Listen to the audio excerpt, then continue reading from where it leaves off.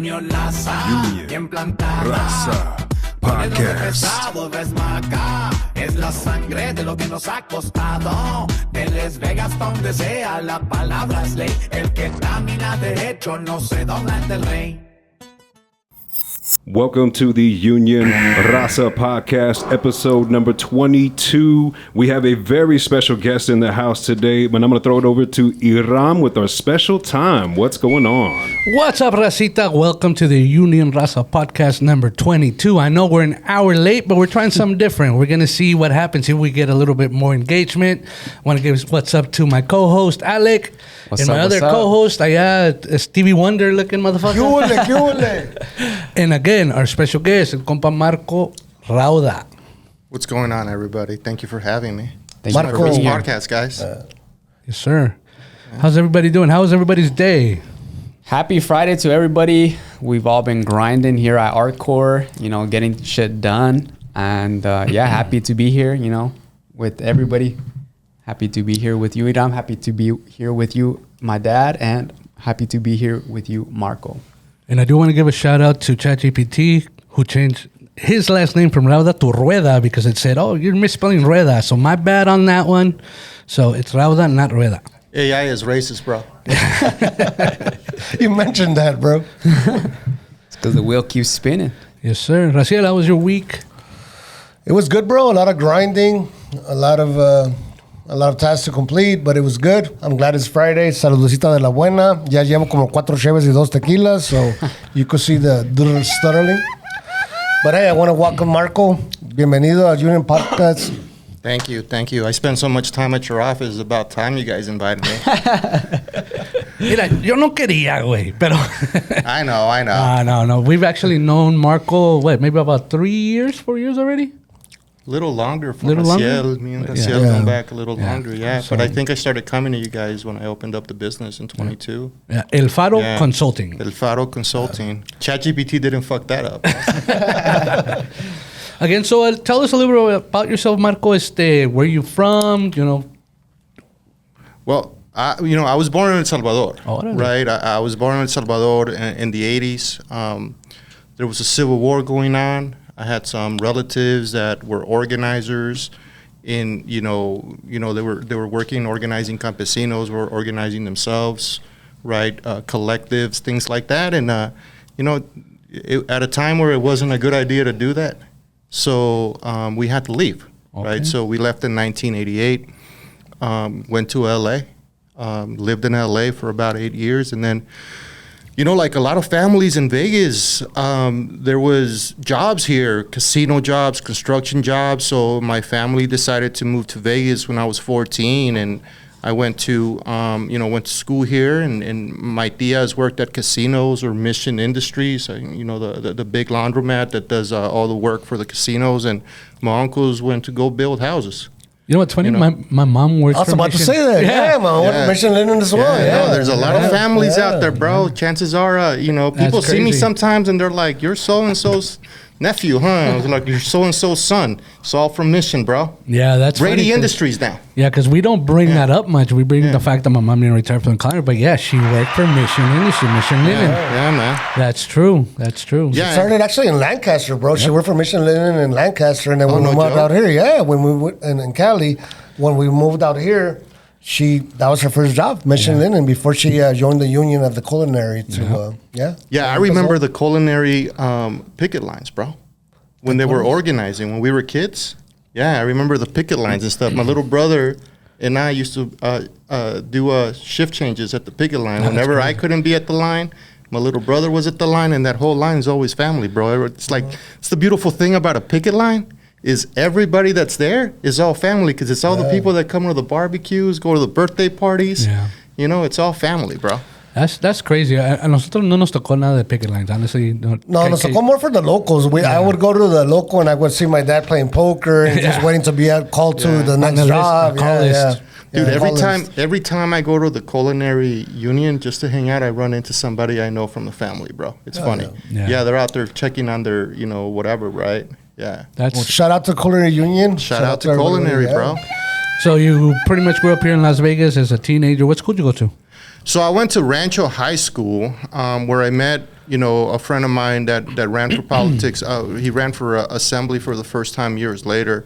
Rueda Kiwin. Okay. And then yeah. And then got into a little trouble there, and then I went to Western. Got into a little trouble there, and decided to leave early. Little trouble with the ladies, little trouble with fighting, or like, bro, you don't look like the fighting type, bro. I'm a fighter, not a lover. So little bit of both, bro. A little bit of both, bro. We grew up poor, right? We grew up from a country, I came from a country that was really, war torn. I grew up with people that fought on both sides. My cousins' husbands had fought for the military. Had a couple of, uncles that had fought for the rebels and stuff. So there was a lot of, So how was that conflict as a family? How was that conflict to be like? Which way would you go? Like, te miras con los rebels, te miras con the military? I always identified more with my, with kind of the little guy. From the beginning, right? So the underdog. It was always the underdog, right? So it was always the rebels, kind of in that sense, right? I identified more with my cousins my mom's cousins that had fought on the rebel side, right? I kind of it was easier for me to see that side because we didn't have a lot, right? I was on welfare, but this is like welfare during like food stamp era, right? Yeah. Like you didn't have an EBT card, like you knew you were poor. Because you had the stamps, right? And I used to go with my mom to pick up the stamps, right? We used to go to the mission, bro. I didn't have a brand new pair of shoes until I was able to pay for it. We got everything from the mission, right? We got clothes from the mission, or from the swap meet because it was a little bit cheaper, right? I didn't know what a department store was until my uncle got his first credit card, bro. No joke, man. Remember the store at the church too? Going and shopping and getting food at the church? The cheese, right? Big old blocks of cheese, the peanut butter. The government cheese? Yeah, bread that wasn't cut. Yeah. It was box bread, but you had to cut it yourself, bro. Yeah. Yeah, that's how we grew up. And then we moved to Vegas. And then here in Vegas, things started going a little easier, a little better. Everybody was working. There were plenty of jobs that were well paid, right? We bought houses, we bought cars. Then 2008 happened and all that went away. All of a sudden you're upside down. Yeah, yeah, bro. Yeah, we lost a lot of houses, right? And then we rebuilt again. Story of my family is you rebuild. Qué chingón, man. Yeah. You come from a big family. You're telling me you do a family reunion, and you're telling me that you got 7-8 siblings, and also your grandma had like. So it's bigger than that, bro. So my great grandmother had 14 kids of her own. 10 of them lived, right? Then my grandmother had 14, and they all lived, and all but one has kids. So I have 49 cousins. Un chingo de primos. Yeah, bro. I got 49 cousins, bro. Lo que tu familia no tenía era televisión y se la pasan coge, no mames. But not just cousins, bro. I chill with second cousins. I just went to my second cousin's wedding. Okay. Like we hang out, and my little girl now is hanging out with her third cousins and stuff. That's cool, bro. Yeah. So it's a huge family, bro. So when we do these, we started doing these reunions a couple of years ago. You guys did my first shirts. Martin, your designer. I know you guys have promoted him, but he still does my designs. I hope you guys don't change them because. And you know what? That's really cool because such a big family, and you guys are still connected. Unfortunately, we have cousins here in town that I haven't seen in years. No, it was cool that he's the one that organizes everything. No. First and foremost, we got to understand that, like in everywhere in life, when you're Latino, it's the women that organize everything. It's the women, bro. But so you've been surrounded with some strong women. Strong women, bro. It's my sister and my aunts. But it's also my cousin Will, who I think he's connected with you guys in the past, but he came to me and he's just like, hey man, what do you think about this? I was like, yeah, bro, I ain't got time for that shit. But if you guys put something together, I'm down to get some shirts. I'll design, I'll work with this team to design them. I'll make sure that everybody gets them. And, you guys have hooked me up every, it's been 3 years now, 2 different designs. Last year's design was pretty cool because we did Martin hooked it up with a team from El Salvador, like a soccer team. Yeah. And the team was established in 1958, so we changed the 58 to an 85 because that was the first year that I remember that when my mom got here. So that was like, it was 1985 instead, right? And it's because that's the first andesol that came to that's which is my mom's last name that came to the United States. I have to say this, bro. Martin! Martin's the man, bro. Shout out to Martin. And Martin's a talented man, bro. You know what? And a shout out to your family, dude, for doing this. And that's, un aplauso para ellos también. Good for them, So, do I have any shout outs? Anybody out there that wants to say what's up, Rob? Ya que te tenemos ahí. I got someone coming in on the IG Live. C's_626. Shout out local 951. Hell yeah, 951. Shout out. What's up? So tell us a little bit what happened after high school, after you were getting in trouble and getting out of hite school. What happened after Rancho, bro? Bro, Western. He said, Western, yeah. Bro, so I went, one day I got in a fight, and at this point, I think the dean, we used to have deans back then, was kind of tired. Now they're just vice principals, right? He got tired of seeing me in his office, so he brings me in, and he's like, hey, man, you're going to be 17 next week. And you can legally drop out of high school when you're 17. So instead of giving you a 3-day suspension, I'm going to give you a week suspension, and then you make a decision. If you want to come back. You want to come back. Right? So I went to my uncle, and I was like, look, man, they don't want me over there. And my uncle got really upset, and he's like, all right, well, we're going to go to work then. So I found myself in a construction site at 5 a.m. the next day. And they thought I was going to be like, all right, guys, I'm ready to go back to school. Right? No, but I just, we grinded a little bit, and then, construction gets it's a little rough in the summer. So, especially in Vegas, bro, 115, 118 degrees. Yeah, so my uncle was like, hey, bro, you can't keep taking summers off.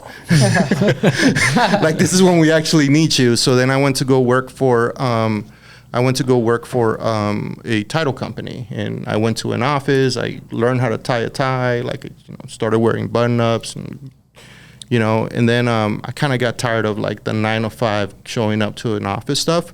And that's when I ran into our boy Ruben Keewin, right, at my cousin's 21st birthday party. And then we got into an argument with one of his friends about immigration. It was 2006. The immigration debate thing was really fiery. Our boy Edgar was organizing the marches out on the Strip. Culinary helped them, Edgar Flores? Edgar Flores, bro. But I didn't know. I didn't know him back then, though. I didn't know him back then. Okay. It's 2006, and so it was 2005. All of that was happening.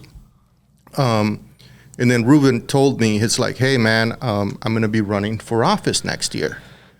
And then I was just like, all right, bro, I'll look into you. And then good luck. Yeah, then I went to El Salvador for a few months at the beginning of 2006. I was over there for 3 months. I sold my house. I was the only one that didn't get it foreclosed on. I was just like, I'm gonna sell my house. I'm gonna take some time off. How old are you? I was 24, 25. Damn, you had your own house already, bro. Yeah, no, dude, I bought my house when I was 22. Hell yeah, bro. Yeah, this is what you used to be able to do. My house, when I bought it for $100,000. Right, little 2-bedroom, 1-car garage. Right, sold that motherfucker for $185,000. Yeah, and then fucked off the money like a fucking 20-some-year-old would do. Like you should. Yeah, like you should. Yeah, imagine if I would have put that in an S&P 500 ETF, bro. Yeah. Now you'd be rolling. Yeah. So then, I got back, and then I saw his signs out there. So I had lost his number, so I called my cousin, and I was like, hey, man, can you hook me up with Ruben's number? And I got it, and I reached out to him, and then I just started showing up to his office, to his campaign office, to volunteer. Then I got a little bug, right? And then I just started working in campaigns, and just been doing that ever since. So no college? Political science or fucking law? I've taken 4 college classes. So what was it? I took okay, so no, the first college class, English lit. Yeah, the first college class I took was college prep, right? They teach you how to be a college student, right? They were like, you gotta know how to show up to school on time. Second class was Spanish. No, and then I took a labor class, history of labor. I took a entry to business class as well, and then there was another class, I can't remember it, but mostly to do it was a kind of a bookkeeping class. Okay. Right. Okay. So all in all, so a little math classes in there. Yeah, a little bit of math, a little bit of learn how to use spreadsheets and shit like that. Yeah. I still don't know how to use spreadsheets, bro. Yeah. I hate Excel, bro, and all that shit. Yeah.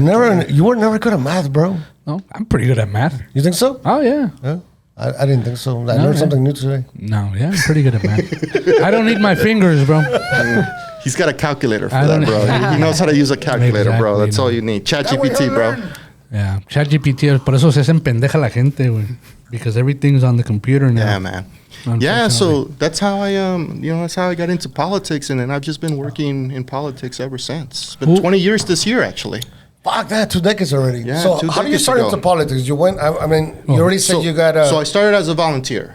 Right. And then lobbyist? Or no. So I started as a volunteer. I decided that, I was going to go in, and after the primary was over, I talked to Ruben about hooking me up, and then I got a job as a canvasser, and I'm sure you guys know what a canvasser is. You go door to door, you go knock on the doors, you talk to people about the candidates, you try to get them to go out and vote. After that, I got a big, I went to go work as an organizer at the Nevada State Democratic Party in 2007. And that year was the first time that Nevada was doing what they called an early caucus. We were the second caucus, the first in the West caucus. Okay. Right? And I did that for a year. Then after that, I went to go work for an organization called Democracia USA. And what they were doing is they were doing voter registration in the Latino community and then voter mobilization after being registered. So me and a very dedicated group of young people that we paid went out and, registered 10,000 voters in 2008. We like to think that we helped Barack Obama get elected that year because we were pushing people to go vote, Latinos specifically. We did some citizenship workshops as well. This was before Mi Familia Vota and kind of, Somos Votantes and all those what's folks. it about politics being as a young man that said, hey, this is the road? Because most people in their early 20s, they're not going to get into politics. You know what? I think what it was is because of the background that my family had being organizers, right? Okay, my dad was actually... So it kind of comes with it kind of comes with all that. Okay. There's a story about my great-grandfather. So the little pueblito or like little town or whatever where my family's from, my great-grandfather and his kids were one of 3 families that were the founders of this little area, right? It's by the beach in El Salvador. And there's a story that he was very religious. He was very Catholic. And he was the only one that was married by the church, right? So he heard that there was going to be this priest that was going to come into town. So he organized 50 families to get married by the church. And he would go to them and say, hey, look, you're living in sin, right? You need to get married, right? And 25 of those families told him that we'll do it, but you have to be our padrinos, right? So there was this huge wedding in the little, caserío. Todos se casaron al mismo tiempo.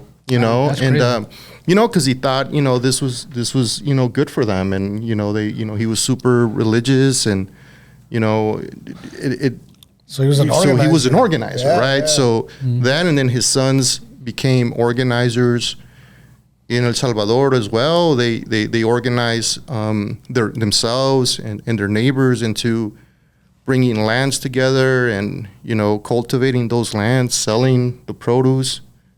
A couple of my uncles were taken into a soccer field with 4 other guys that were also organizers and were like killed in that soccer field by the military. That stuff wasn't cool, Then, my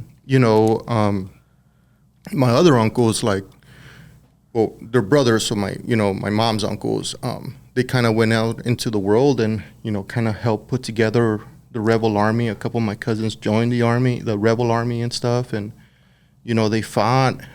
So I think there was I grew up with a lot of those stories. So it sounds like this is within the blood. And the family, kind of, right?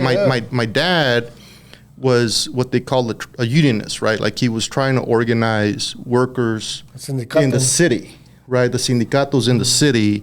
So he was kind of an organizer himself, right? And I kind of grew, my dad passed away before I was born in a work accident, right? So I grew up with all these stories. So I kind of wanted to make a difference. I thought that, I thought that politics would be the way to do that, right? I thought that electing good people that could help working class people would be a good thing, right? My mom was part of a union. I remember being on a work site one day, and a guy from the laborers union came, and he was trying to ask me questions about the workers and how they were, and then, the what do they call him? The foreman came up to me and was like, "Hey, bro, you can't talk to him." Yeah. And I was just like, I was a young guy. I didn't know, right? Like, I didn't know that he was with the union. But then later I realized that as I got older, I was like, oh, that was a union organizer. Yeah.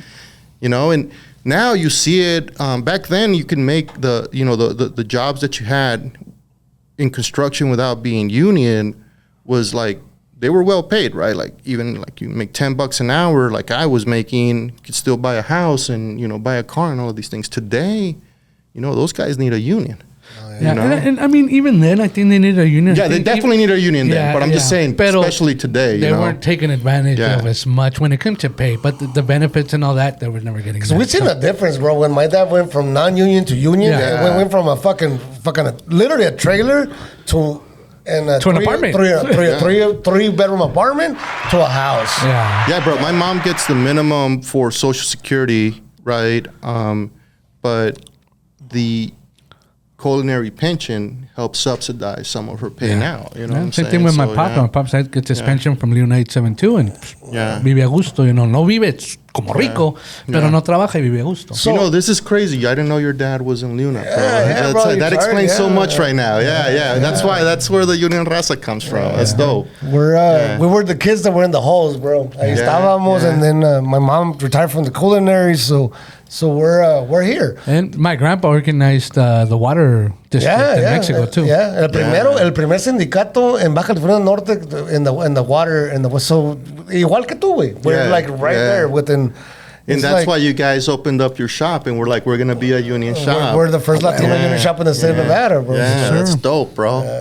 I didn't know that. Sometimes I feel that like we don't pick what we get to be. I think that life just picks us. Yeah, that's so true. That's so true. I don't like that Alec is this quiet, bro. Alec, say something, brother. I'm just soaking it all in, just like your backstory, your family history, really, and how you really got into politics. How you're saying, like it chose you, like you didn't. In a way, it kind of did, bro. Yeah. In a way, it kind of did, and I think, like you grow up this way, and you're like you kind of grow up hoping that you can find something. Like I was always dissatisfied with the work that I was doing, and I was like, what can I do, right, to make life better for people? And I thought it was going to be politics, and I'm still working on that. I'm still working on trying to make. So I got a question for you.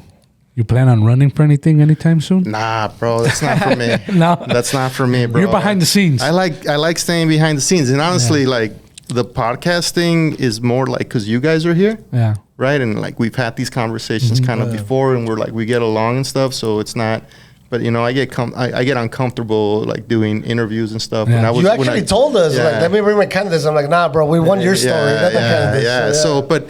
I don't like, I do some press sometimes, and I get really uncomfortable, right? Like, so it's just, I don't like to talk about these things, but I like to talk about my family. I just, when it's in public I do understand, I do understand, like, I do this, kind of for a living. I've been doing it for years también, so it is very easy for me to talk in front of the mic. So you got a little training in it too, because you do the DJing, you do the events and stuff, and you get like I've been to your events, and like you rock the party, bro, when you're out there, bro. That's my little bro. It's what's the word? It's a character. Yeah, it really is, because a lot of people are like, you're not like that in person. I'm like, well, I am, but I'm not. It's like a persona. You're actually very serious.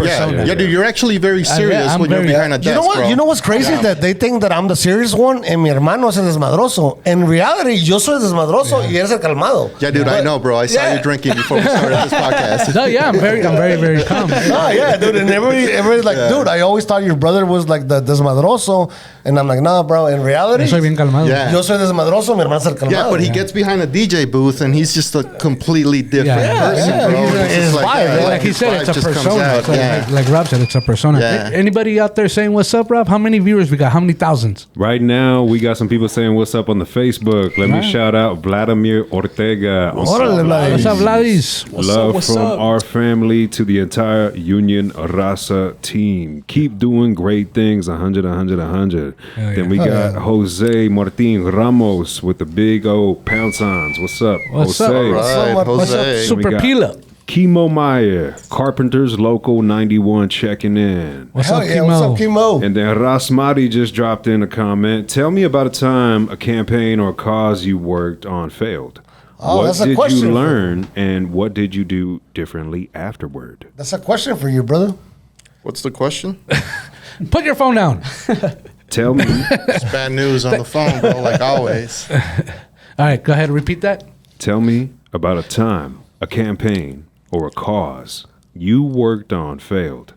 What did you learn and what did you do differently? Damn, that's a afterward? tough ass question already. You know what, bro? Seriously, 2016 was a miserable year. I was working on a super PAC that, works to mobilize young people, mobilize young people to vote. It was really tough, right? We were in college campuses. I've never really gone to college, so I really didn't identify with the kids, with the staff and everything. So there was a lot of friction there. And we were trying to mobilize young folks to go out and vote, right? And we did a lot of fun things. The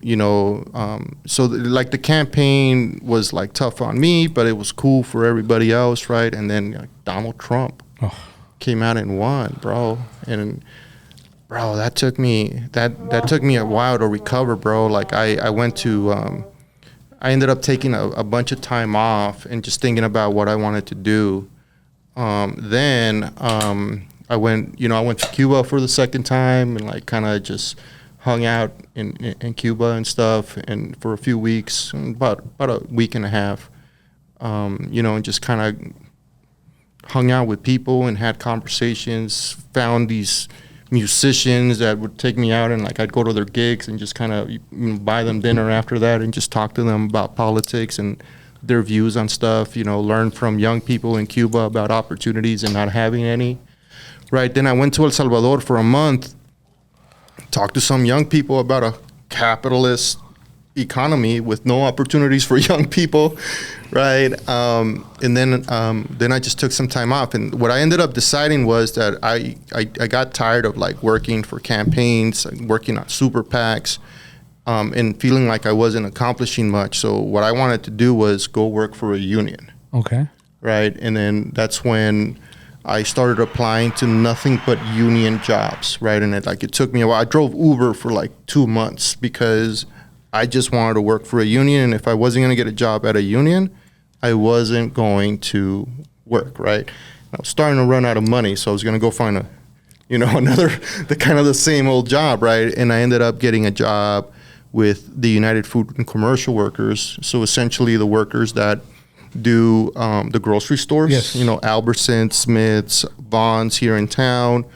They were the meat cutters in the Midwest, so I decided to go work for them, and I worked for them for 5 years before I opened up my own business and stuff. And, it was some of the most rewarding work that I did, right? Because every day I knew that I was working for people that, were advocating for themselves.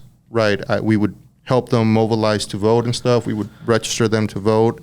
We would ask them to contribute to the political campaign in order to continue to do the work, right? Every once in a while, we had a union too, as workers.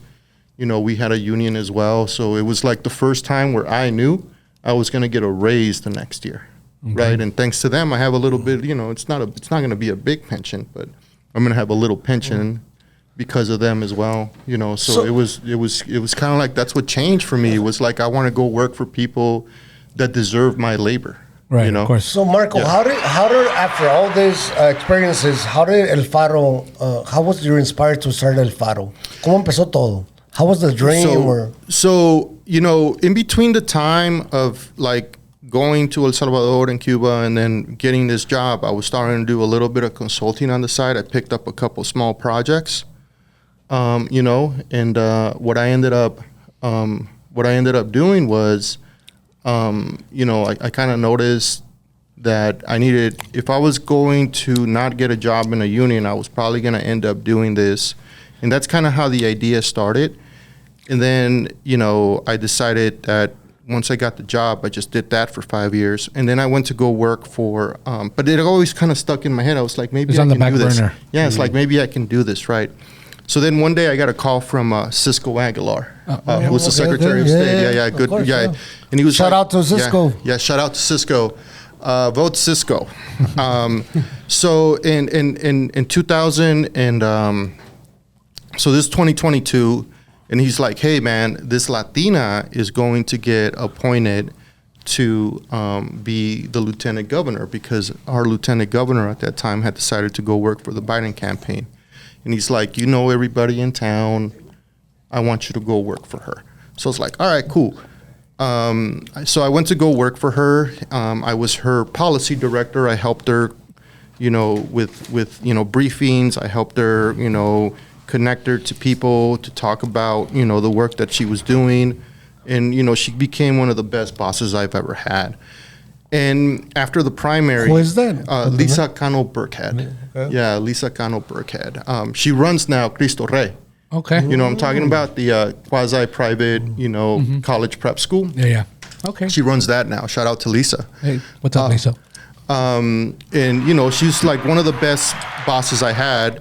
So when after the primary, she had lost her campaign manager, and the governor at the time, Steve Sisolak, was like, hey, you should hire, ex-governor. It makes sense for you to hire Marco, and she asked me to be her campaign manager, and I was like, okay, let's go do it. So, but I knew that I was going to have to leave my job as her policy director, and she didn't have a big budget, so she wasn't going to be able to bring me back, and they needed a policy director. So I asked her if I could take on other clients, and she said yeah. So then next thing I know, I pick up my next client, which was this organization called Green Our Planet, and they do school gardens and hydroponic programs. Okay. They're in over 400 schools here in Nevada. They're in like 1,000 schools across the country. Oh, right on. They're in like 16 out of the 17 counties here in Clark County and stuff.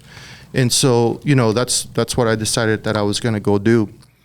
And sure enough, next thing I know, I pick up my next client, which was Congressman Ro Khanna, who I think you've met. Yeah, man, yeah. Yeah. Actually, you interested me. Yeah, and he, I started helping him with some Latino stuff in his district. And is she running for president? I'm gonna have him come to the podcast, bro. I'm gonna have him come to the podcast to answer that. How about that? So then, it started kind of working out, and then I was just like, okay, I picked up a couple of other clients, right? Me and a friend of mine that we worked on a campaign together in 2010. I was like, hey man, can you help me? Can we partner up? And he started helping me with some communication work, picked up some other communication clients. I had a couple of other campaigns that I was working on. So now that's what I do. I do lobbying for mostly nonprofits. I have worked for some companies and some corporations. I do some work for Intravision now, Univision, right? I've done some work for Las Vegas Recycling and AT&T, right? I now mostly work for nonprofits. I have another client. I still have Green Our Planet, which is like great because they do really good work. They put together this amazing farmers market twice a year. Okay. The organization essentially does all the curriculum as well, like it's science, STEM-based curriculum, right? And then they also give financial literacy curriculum to the kids. So now you have morritos, and they do a market every 2 years. That's cool. Yeah, and then the market, like they sell all of their produce and stuff, and that's cool, man, because the kids just, I'm always broke by the time I leave that market. They do good work, entonces. Yeah, no, they do good work, and the way that it works is, the kids have to put together their business plan before they go out there. They have to put together, a marketing plan. How are they going to sell their stuff? You can see the kids sometimes, if somebody's selling the same thing for cheaper, they'll like change their prices right at the time, right? Like, it's like a real market. The kids are learning. And then they get to whatever they make at the market, they get to use again in their for their program, right? So they get, they go out and buy other units, or they buy seeds or whatever, right? So they do a good job. I work for another organization called JAG, which is Jobs for American Graduates here in Nevada. Never heard of that. Yeah, and what they do is they're a college prevention dropout program.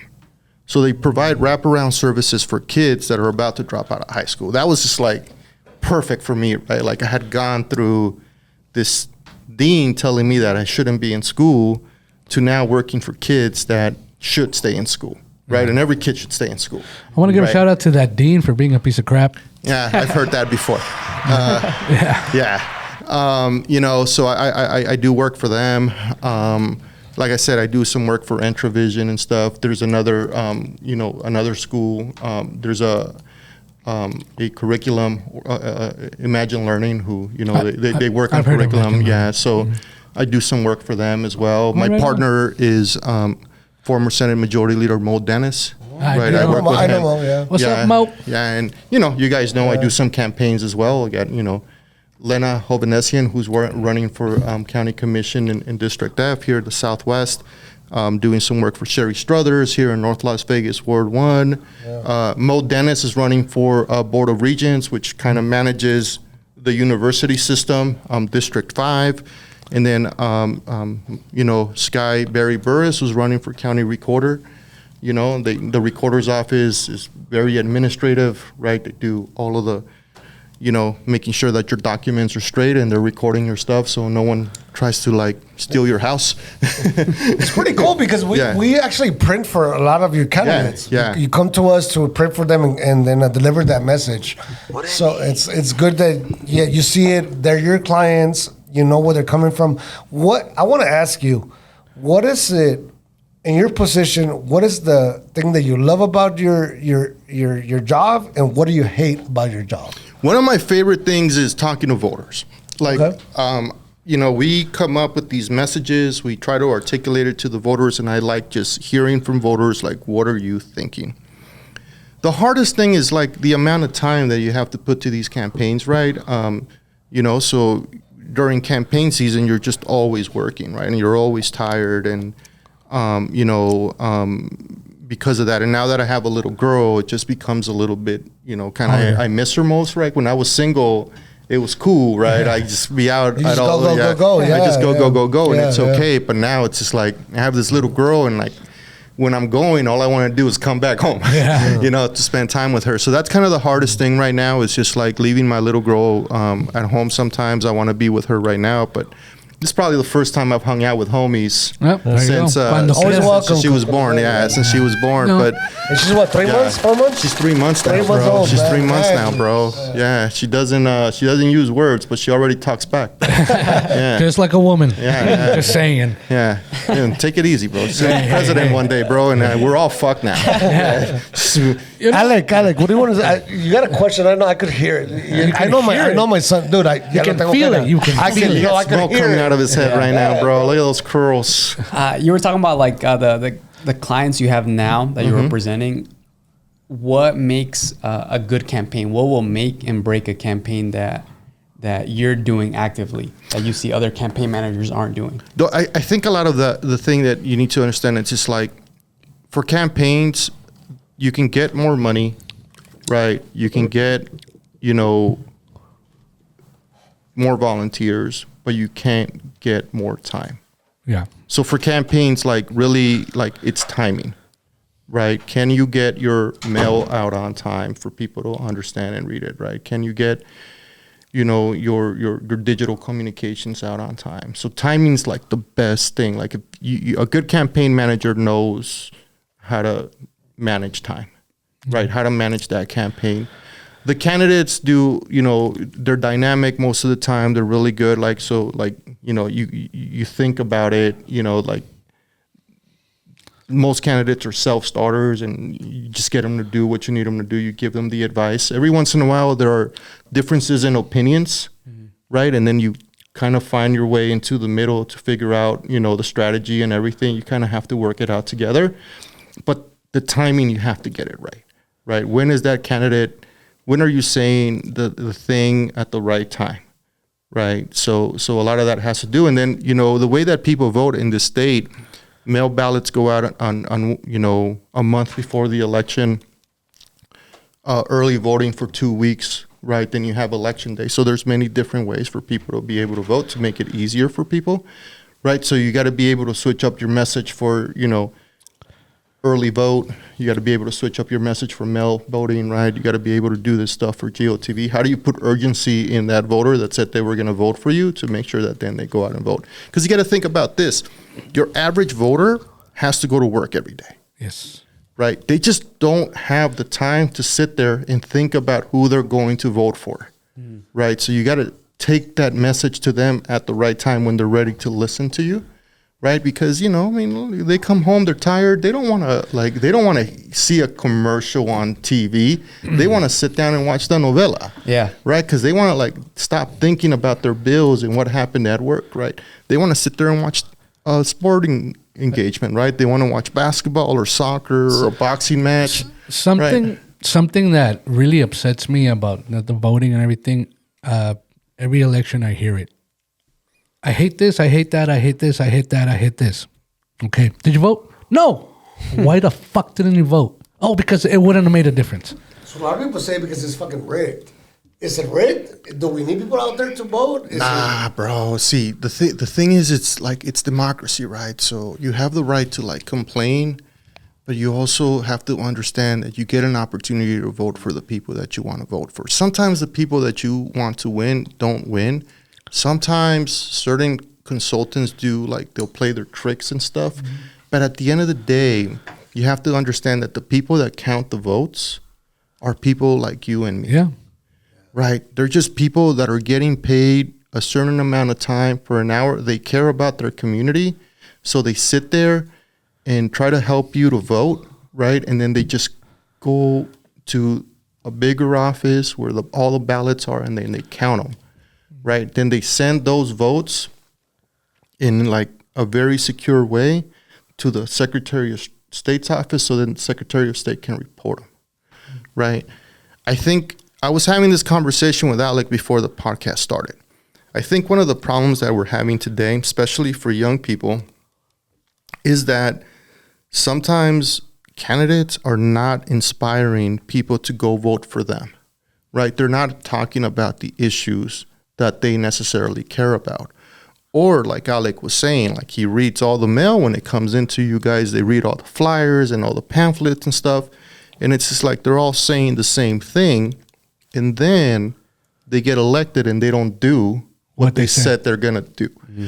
So that creates a situation, especially for young people, where they feel like they're not being listened to. They feel like they're lied to. Hey, right? Rob, sorry. Yeah. Rob, I don't think Raciel's mic's on. Say something, Russ. There you go. Cool. And then, and especially now where life is getting so expensive, right? I'm sure that there's Trump supporters today. Did you guys see that video about this lady was at the gas station? And then they were how many times did you vote for Trump? She said 3 times. I must be the stupidest person in the world. And it becomes that, right? Joe Biden came in and he said he was going to get rid of Trump and the economy was going to get better after COVID. And the economy did get a little bit better. I mean, there were some rough times there with trying to get the economy going again. There was shit stuck in China that needed to get in. So prices went up and inflation was an issue. Then Donald Trump got elected because he said that he was going to calm down inflation, right? But now we're in a situation where we're going to war with the country with the second biggest oil reserves, right? 40 to 50, whatever percent, of oil comes out of the Strait of Hormuz, right, to the rest of the world. And on top of that, fertilizer comes from the Strait of Hormuz as well, right? So then all of a sudden we're finding ourselves in a situation where diesel's expensive as hell. You need diesel to move food around. Fertilizer's expensive, so farmers need fertilizer to create these crops.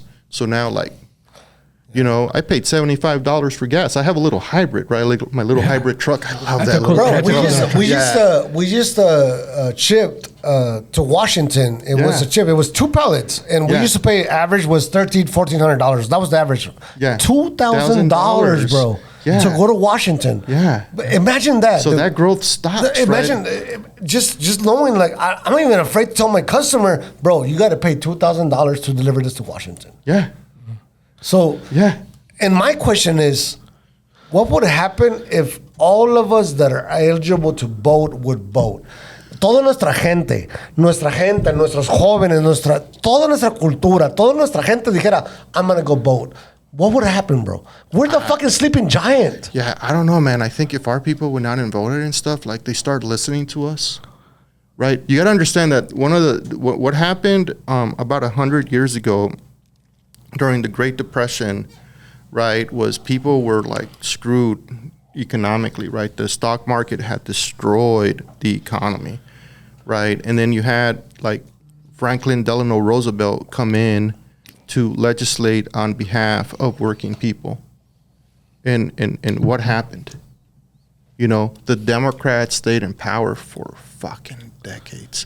20 years of Democratic presidents, right? Franklin for 12 years, and then what's his name after Franklin? His vice president. Have no fucking clue. Yeah, fair enough. I'll look it up. Somebody look it up online. Yeah, I can't remember. But yeah, but his vice president became. He was a senator from Tennessee before. I can't remember his name right now. I think you gave me some tequila with it. Bro, I think that's what happened. I can't remember. Either way, right? Then, you know, the Senate, you know, there was a strong Senate that was Democratic as well. Hell, the Democrats in Congress, in the lower house, right, in the House of Representatives, was Democratic all the way to the mid 1990s, right? Like, working people had a party that responded to workers. And whether you're like, mostly güeros, right? But even African Americans were building wealth. Latinos were coming into this country and build wealth. Even on top of the racism that was out there, there was enough work and good paying work for all of them. And then in the 70s, we decided, you know, business decided to, like, go after unions. And then what happens? We're in the economic shithouse that we are today, right? Where a young person can't buy a house.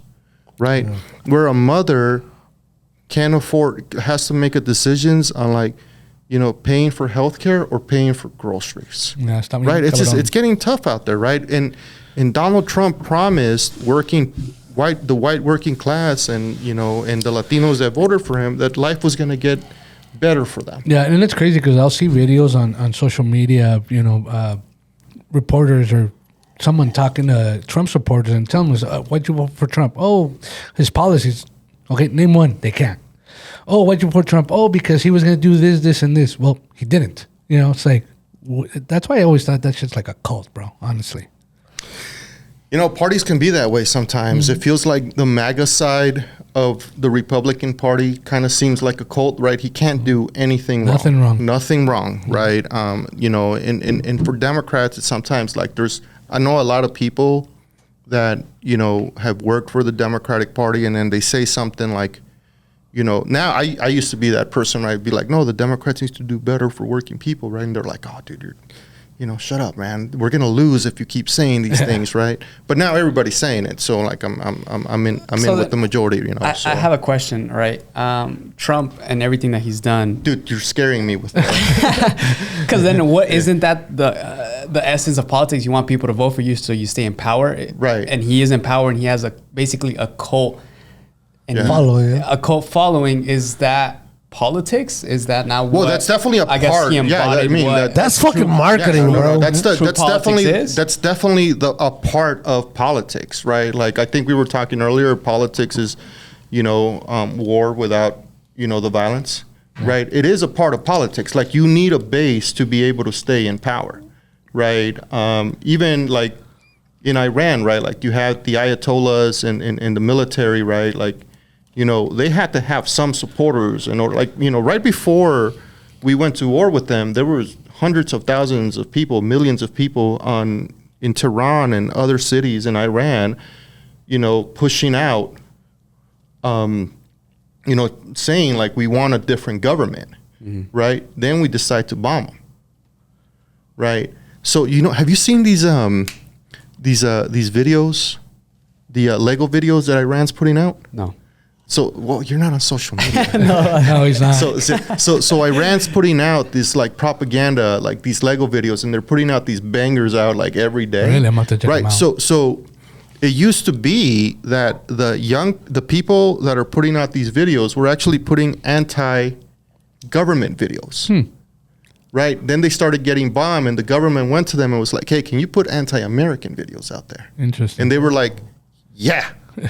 Right? So you took a bunch of people that were anti-government, right? Made them anti-American. And you started bombing them, then you made them anti-American. Because nobody wants to get bombed. No, claro bro. que no. Claro que no. So now they're supporting the fucking Iranian government. And yeah, fuck those guys. Right? Like they're terrible to women. Right? They put people in jail. Yeah. Right? But because we want their oil. Right? They're like, nah, bro, like we're gonna support these losers because now you guys are bombing us. Yeah. No, está cabrón. So, guys, we got 10 minutes left. Marco, I'm going to ask you a question. I'm an entrepreneur. Yeah. I have dreams. Yeah. I got goals. Yeah. And every night, they keep me up all night. I say, hey, what's next? What's next for Faro? What do you see yourself 5 years from now? I think, 5 years from now, I hope to, continue to build the business, right? I hope to be able to hire some young, smart people to come help me do the work. I hope to have more clients, right? Build a team? And just build a team out, right? I've been having some conversations with some friends, in other states, how we partner up with people that do the same work that we do, right? How do we partner up? How do we create a brand? Nationwide.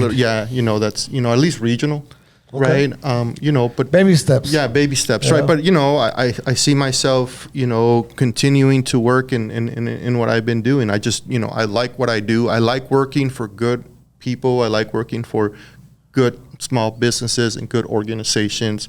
I like working for people like you guys. Like I can go hang out with you guys and like this type of conversation isn't happening on a podcast most days. Like we're just chilling, right? Yeah. Like we went to lunch the other day with Raciel when Iram was on vacation, right? And we were just we were just hanging out. We were just shooting the shit. It's just like what we're doing here. So I like working with people that do that type of stuff, right? Like that we can have honest conversations about.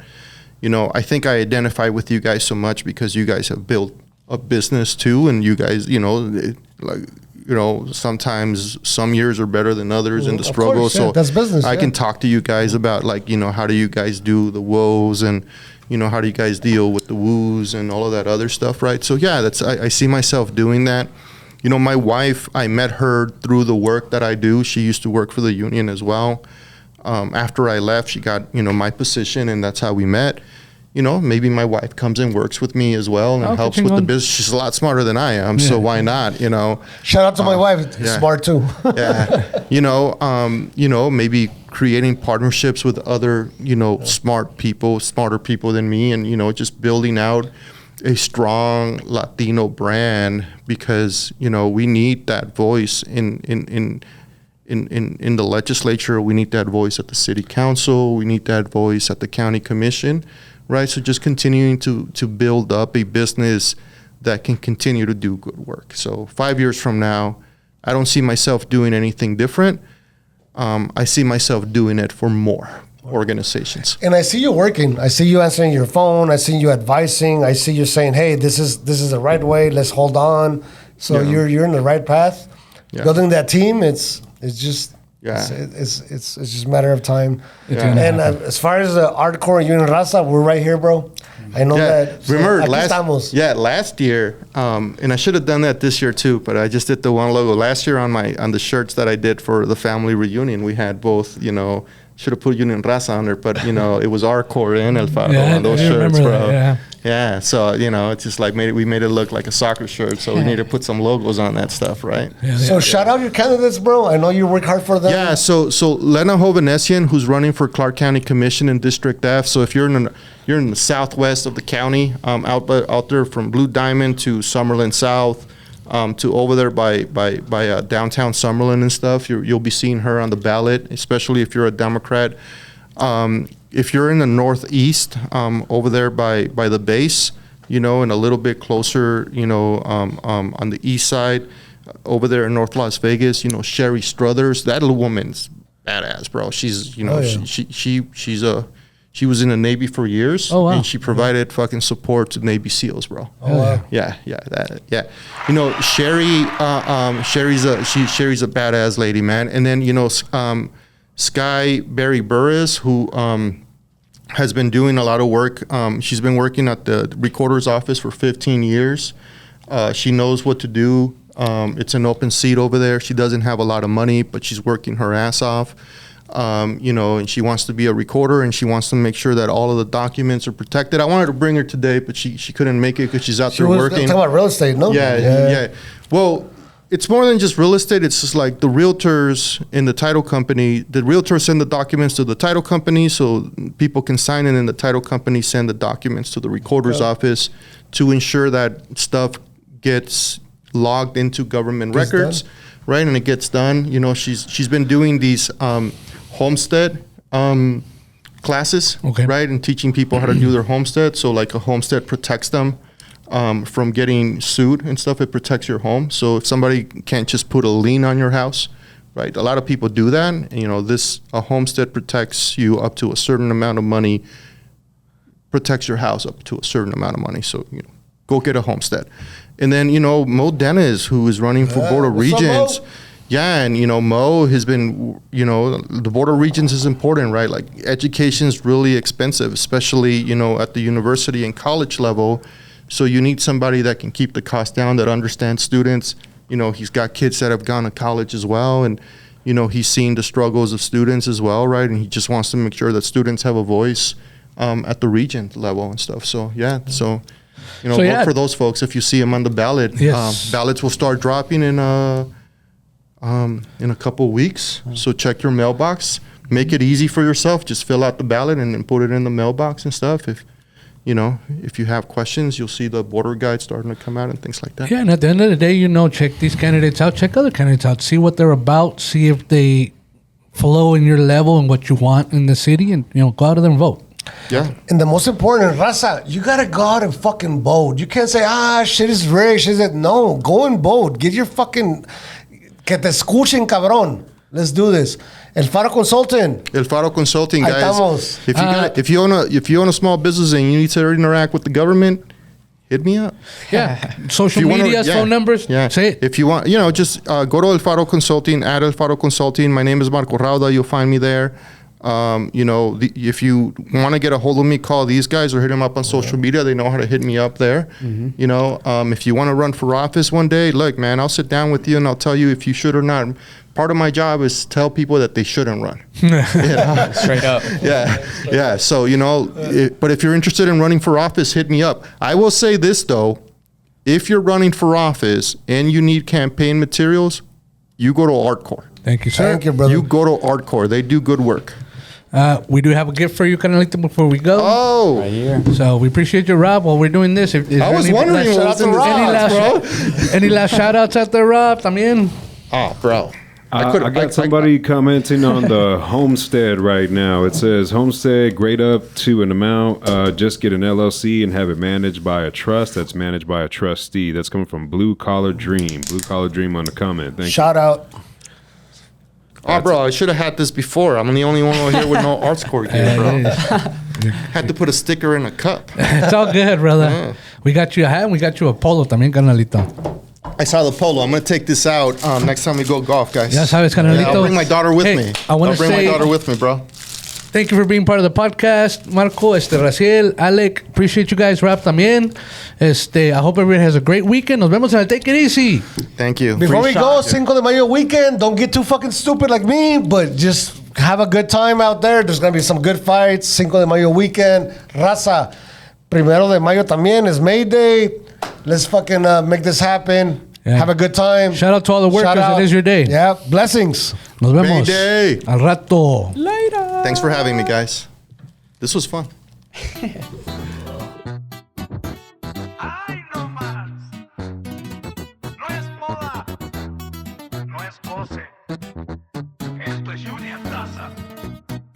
Desde el polvo de Las Vegas salí con el nombre firme. No hubo manos que ayudaran, tuve que hacerme invencible. Aprendí desde morro que el respeto no se pide, se gana con la espalda recta aunque el mundo te castigue. No crecimos con promesas ni discursos motivados. Crecimos entre la chamba y los sueños atrasados. La palabra era la ley, no ocupaba contrato. El que fallaba una vez se quedaba señalado. Aquí no hubo milagros ni caminos regalados. Hubo